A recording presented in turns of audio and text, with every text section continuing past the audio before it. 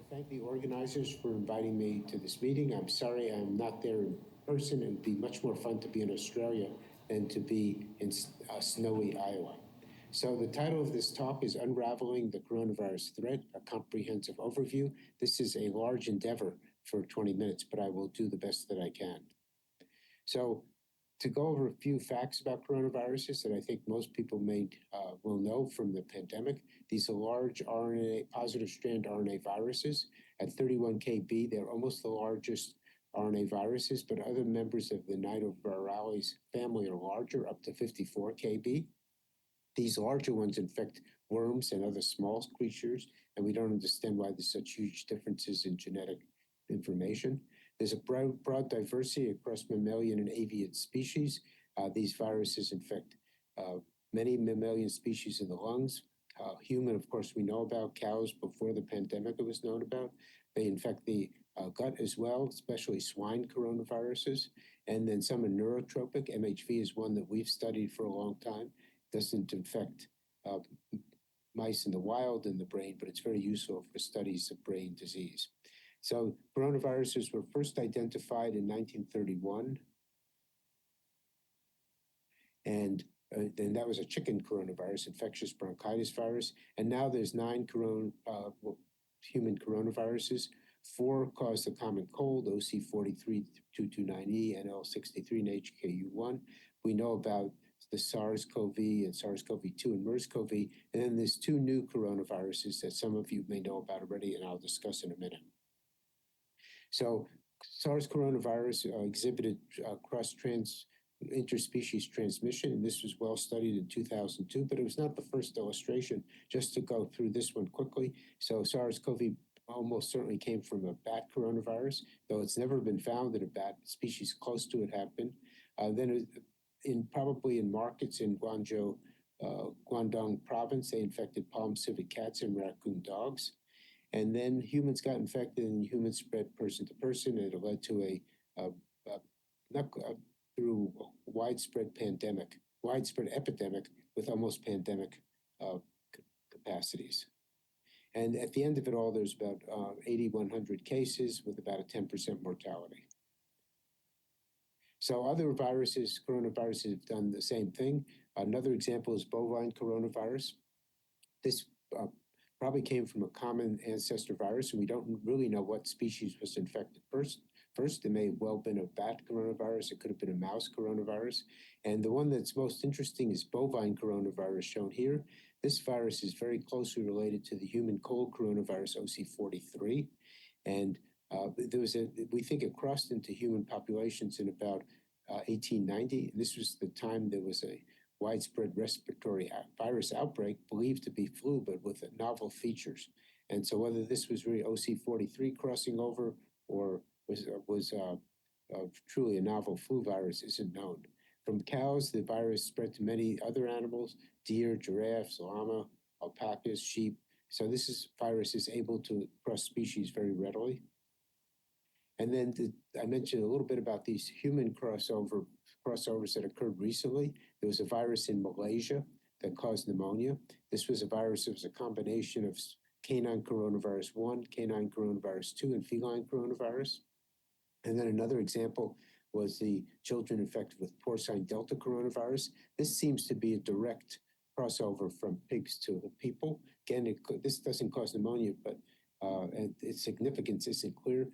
Both of these viruses do not spread from human to human, so therefore are not a risk yet, but they certainly are a concern because we have no immunity to them.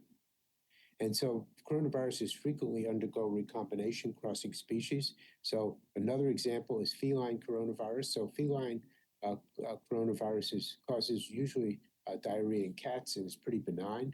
But every now and then in cats, the virus mutates within a persistently infected cat to cause a lethal disease. And this disease doesn't spread from cat to cat. But just in the last few years, there's been an FIPV, and FIPV stands for feline infectious peritonitis virus. So this, which is the virulent form of feline coronavirus. So this virus can spread from cat to cat. And the reason it can is it picked up a canine coronavirus spike protein. And because of this, it now is able to transmit from species to species. So this, of course sounds, or from cat to cat, this sounds familiar what happened with SARS-CoV-2, where we had these viruses that really didn't transmit well from person to person, but SARS-CoV-2 was able to do this quite well. So this is another way that these viruses can change to cause, to cross species and cause potential pandemics. In this case, the pandemic would be in cats.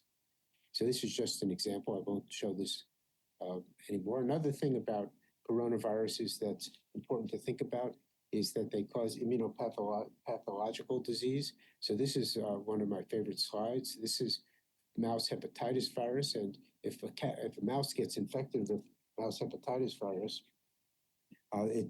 it will develop a disease that's like multiple sclerosis with myelin destruction. But if one infects a mouse that has no T cells or B cells, RAG1 knockout mouse, the virus can replicate quite well, shown in the brown here, but the myelin is completely normal. If then one adds back T cells, within a few days, myelin is all destroyed, the virus is cleared, and the animal has some axonal destruction underneath the myelin. So the question is, how come this virus can't be cleared with so much host tissue destruction? And this is something that we were thinking about 20 years ago, but it became important during the pandemic because these viruses seem to have the same property, the human viruses. They're cleared, but they cause tissue damage during the process of clearance. So going through a few of these diseases, so SARS-CoV in East Asia was the virus that was really probably came from bats, and crossover occurred in the live animal markets that were present in Guangdong province, almost certainly. And the virus was probably there for a while because when in retrospective studies, 35% of handlers were positive for the virus. And the worldwide epidemic began from a single set of transmission events. A physician in Guangzhou took care of a sick animal handler. He developed SARS. He developed SARS himself, but instead of going home to bed, he went to Hong Kong for his nephew's wedding. Became quite ill there, and he was in the hotel he stayed at. He infected a lot of people on the floor because he aerosolized the infection. And those people were all international people. They went back to their countries and spread the virus to susceptible people, which was everybody in their local countries. There was a 10% mortality. Now, one thing is to think about with this virus. So we think about 10% mortality being much higher than the mortality seen in COVID-19. But in fact, I would argue that it's almost the same because roughly 10 to 20% of people who were infected with SARS-CoV-2 early in the pandemic had severe disease. Other 80% did not. And if one looks at the mortality, it was about 1 to 2%, and 1 to 2% of 10 to 20% is about 10% of patients who had severe disease. So it seems to me equally likely that these two viruses are very similar in their mortality, but the difference is that the SARS-CoV-2 could spread from person to person readily. So the second disease, which also gives us some points to think about, is Middle East Respiratory Syndrome. So this is a Murbeco coronavirus. The first documented case was now almost 13 years ago. The total number of cases is only 2,500 to 3,000, but the mortality is really high, about 34%. Most of the patients are male, and at this point, they're nearly all in Saudi Arabia, a few in UAE as well, United Arab Emirates. So there were very, very few cases during the pandemic because all the mitigation methods used to control SARS-CoV-2 kept MERS-CoV under control. So now there's just a few cases. They seem to mostly be primary. We don't know where they come from. The people who are infected do not have contact with camels. But what they do have is they have comorbidities, diabetes, chronic lung disease, renal failure. And so this is I think aging may be may be important, but we don't know that for sure. So this is very similar to what's happening now with SARS-CoV-2. People who are immunocompromised, have comorbidities, or nursing homes are the people who are most susceptible to developing severe SARS-CoV-2 infection at this point because so many people are vaccinated or previously infected. So one of the mysteries in MERS is why is it only in Saudi Arabia? This is where camels are found. go through most of Africa, 70–80% of camels are seropositive, but there's no clinically evident cases. There's little evidence of people who, some people have antibody responses, very, very rare. A few more have T-cell responses. So this is a major mystery. Why is human MERS only found in Saudi Arabia and not in Africa? And why did it also take till 2012 to infect human populations? It was in camel populations as early as 40 years ago. So as in some of the other coronaviruses I just mentioned, MERS has evidence of recombination. So here, these are all different lineages, and with time, you can see that there are different. This is the most recent variant, the lineage 4, I believe. So it's a combination of actually different coronaviruses, different MERS coronaviruses. So this is a camel virus. The virus circulates and recombines in camels, and then whatever circulating at the time is found in humans. There's no evidence of human-to-human transmission. So this brings me to the last points I want to make, which is the question is, could a MERS-like coronavirus cause a pandemic? So we think about sarbecoviruses as obvious candidates for the next pandemic. However, I would argue that there's some degree of sharing of antibody and T-cell epitopes among sarbecoviruses. This might make a future severe sarbecovirus pandemic less likely. There may well be a pandemic, but may not be so severe because people have some immunity to the virus. What we know is that this argument is supported by the low frequency of hospitalization, ICU care, and death at present, even though SARS-CoV-2 variants that are arising are not neutralized by the existing human antibody response. So the other protective mechanisms might exist, and these might across all species of sarbecoviruses. So protection might be imperfect, but might allow time for development of a vaccine that matches the new sarbecovirus strain. So for a pandemic to occur, humans will need to be immunologically naive to the virus. Thus, other coronaviruses other than sarbecoviruses must be considered as possibilities. And so what I worry about is these MERS-like coronaviruses. So humans do not have protective immunity against MERS-CoV, so a pandemic possibility exists. From the COVID-19 pandemic, we learned that it's not the known coronaviruses such as SARS-CoV that are a problem, but rather the unknown coronaviruses. DPP4, the receptor for morbecoviruses, is not expressed in the human nasal cavity, but some MERS-like coronaviruses, as I'll show in the next slide, use ACE2 to enter cells. And MERS-like coronaviruses, probably in bats, camelids, and perhaps other animals, must be high on the list of pathogens that require vigilance. So this is a tree of some tree of some MERS-like coronaviruses. And what one can see here is that the original one was isolated in Saudi Arabia. There are MERS-like coronaviruses in China, Italy, Germany, South Africa. Some of these use ACE2, as I mentioned before, which we know is in the upper respiratory tract. And others, we don't even know what the receptors are.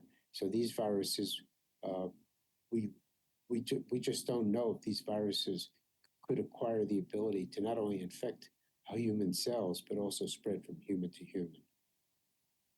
So what do we do about this? I think a One Health approach has been mentioned probably in this meeting already, and is widely mentioned as being critical for preventing another pandemic. This involves monitoring not only wildlife, not only humans, but wildlife and domestic animals.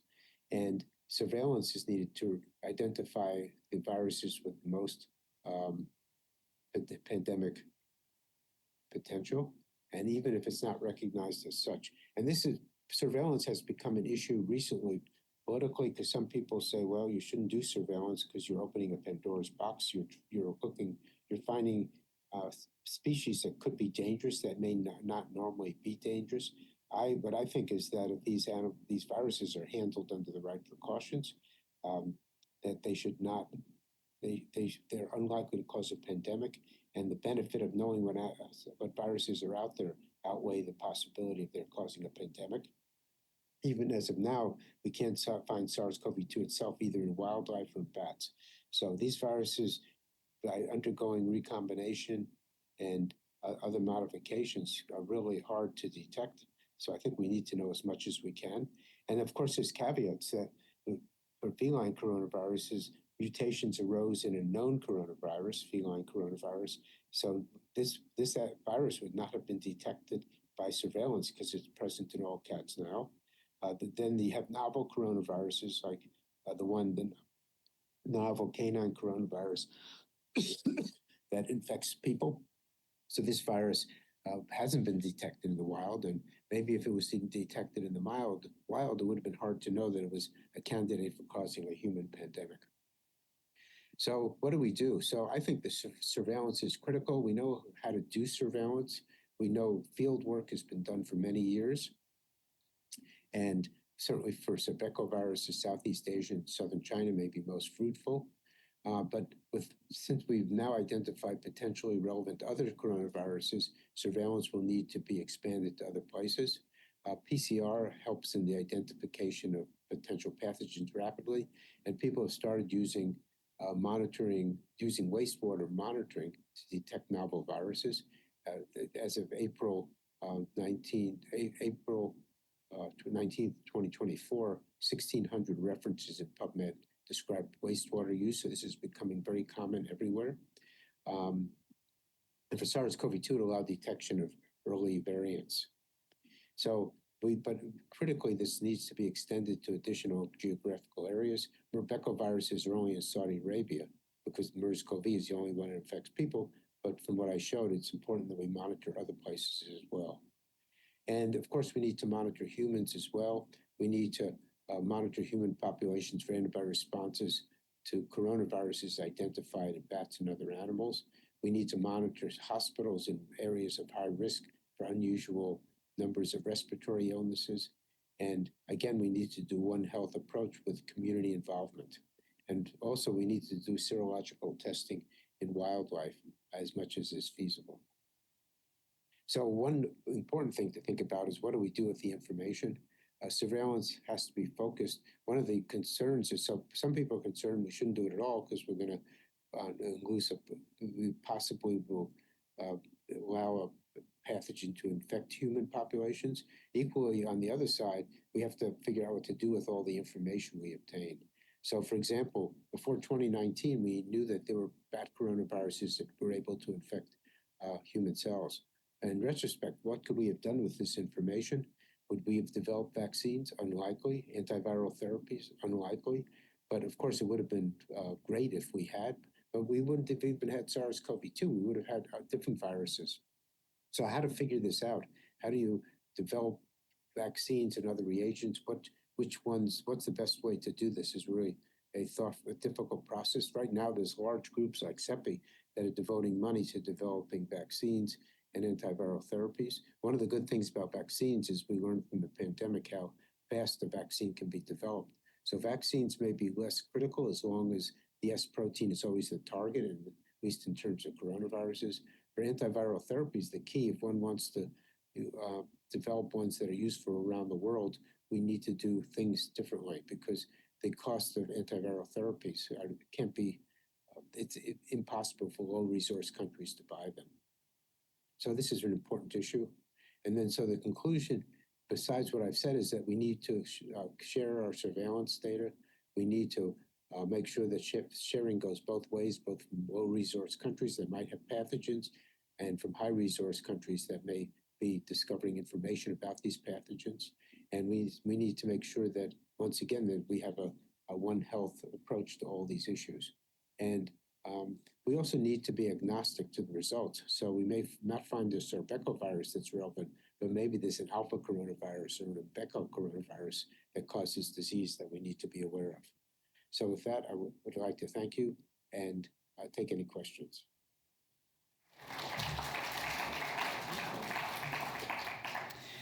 Thank you very much, Professor Perlman. A fantastic talk, a lot to take in there. We'll start with questions here in the room first. We've down the front here.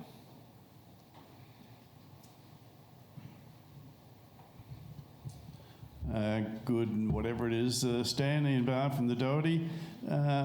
You mentioned that MERS, we have no existing pre-immunity. I was under the impression that there was some cross-reactivity with SARS-CoV-2. Have I got that wrong? I think that there's very little. I haven't heard that there's substantial immunization potentials. Even in the beginning of the pandemic, people were discussing whether the common cold coronaviruses provided protection against SARS-CoV-2. And I think at the end, we can say there were hints that there was some cross-reactivity, particularly in T cells. But from the studies I've seen, very little evidence that there was clinical protection. So I would say the same thing is true about MERS relative to SARS-CoV-2. We try to find this information from patients who are infected with MERS in Saudi Arabia, but there's so few, it's really hard to get that kind of information.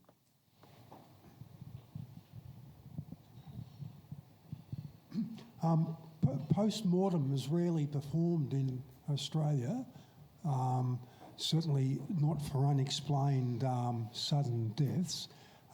Is it performed in America, and what would be the role if the death might be due to a new unexplained viral illness? Yes, that's a good question, because I think that infections, just like SARS-CoV-2, really come to the world's attention when many cases appear. So in Guangzhou, there was a whole cluster of people with respiratory viral infection. That's why people started to investigating it. If one has a single infection, I think that they're not well studied. I know in the hospital I work in, the number of autopsies is a very small proportion of deaths are actually studied, which is unfortunate. Yeah, Prof Perlman, Rod Pearce, Chair of the Immunisation Coalition. Thanks for coming along. Appreciate your time. What do you think's happening in Africa and Saudi Arabia, where kissing camels doesn't seem to have the same response? You must have some working theory, even though you're not sure what it is, but there must be some working hypothesis. Yeah, so I don't know if I'd call it a hypothesis, but there's several things that come to mind. One is that there's social differences. So in camels in Saudi Arabia are often pets, people are very close to them, but it still doesn't even explain how, even if that's true, even if a person was infected from a kissing camel, 50% of people who are infected in Saudi Arabia have no camel contact. So there still has to be something that gets the virus from that person who may have been infected but is well to that person who's more susceptible and develops clinical disease. Africa is really a mystery because there's just no evidence of hospital admissions for cases of MERS, and there's just so little transmission. The virus in Western Africa is a little different than the one in Eastern Africa or Saudi Arabia, but maybe there's sufficient virus differences to explain the difference in disease. But that's possible. It just doesn't seem to me to be obvious from the sequence differences that we see. So those are the two main things I think about, is that the viruses are a little different and that the social structure of the places are a little different. But really, it's a bad answer because it's not clear at all. I've got a quick question online I might read out. Are there specific breeds that are more susceptible to be infected by feline coronavirus infections and disease manifestations? I'm sorry, I missed that. It was just, I guess, about the different feline breeds, or the differences in ability to get infected and the disease manifestations between different breeds of cats. I don't think so. I think that big cats and little cats all get infected. I mean, domestic cats and felines in zoos all get infected with feline coronavirus. What I don't know is whether big cats that get infected with feline coronavirus develop feline infectious peritonitis. That somebody knows that, but I don't know that. The main point of what I was trying to make, not only is that an interesting virus because the changes occur in the persistently infected cats for the most part, and with no transmission to other cats, just these new variants that do the same thing but seem to transmit to other cats that are a major concern. Because this is such a lethal disease. There are actually therapies for feline infectious peritonitis, but they're not perfect, and they're probably not widely available. Tony Cunningham from Westmead. Stanley, really interesting hypothesis on recombination and possible acquisition of a spike, presumably with a furin cleavage site unable to access human cells. How should people doing studies like Eddie Holmes and others, and you look at viruses in future for that sort of hypothesis, looking for appropriate spikes, for instance? Yeah, so I think that that's really the key thing. How do you figure out which spikes are going to be causing a severe human infection? Because as I mentioned before, 2020, we knew about these viruses that were related to SARS-CoV. They weren't the same. There was some cross protection from SARS-CoV, but then none of them turned out to be the ones that caused the pandemic. It was this brand new virus. It had a furin cleavage site, which what we knew before the pandemic, and we learned again, a furin cleavage site in a virus that has it, it really is required for it to be its most virulent form. But we also know that if you take a furin cleavage site and put it into a coronavirus that doesn't have a furin cleavage site, it won't necessarily become more virulent. It may do some properties a little differently, but it's not necessarily increase the virulence. So I think it's more a question of knowing what's out there, and then the second level is trying to either do in vitro experiments or other experiments to try to get a sense for what's possible. And then I think that's where you also have to combine that with surveillance in the wild to see which of these viruses is actually infecting humans of the ones that have the potential to infect human cells. Great. Well, I think that's all the questions we have. And if you'd just like to join me thanking Professor Stanley Perlman again for joining us from abroad in what was an excellent talk. Thank you.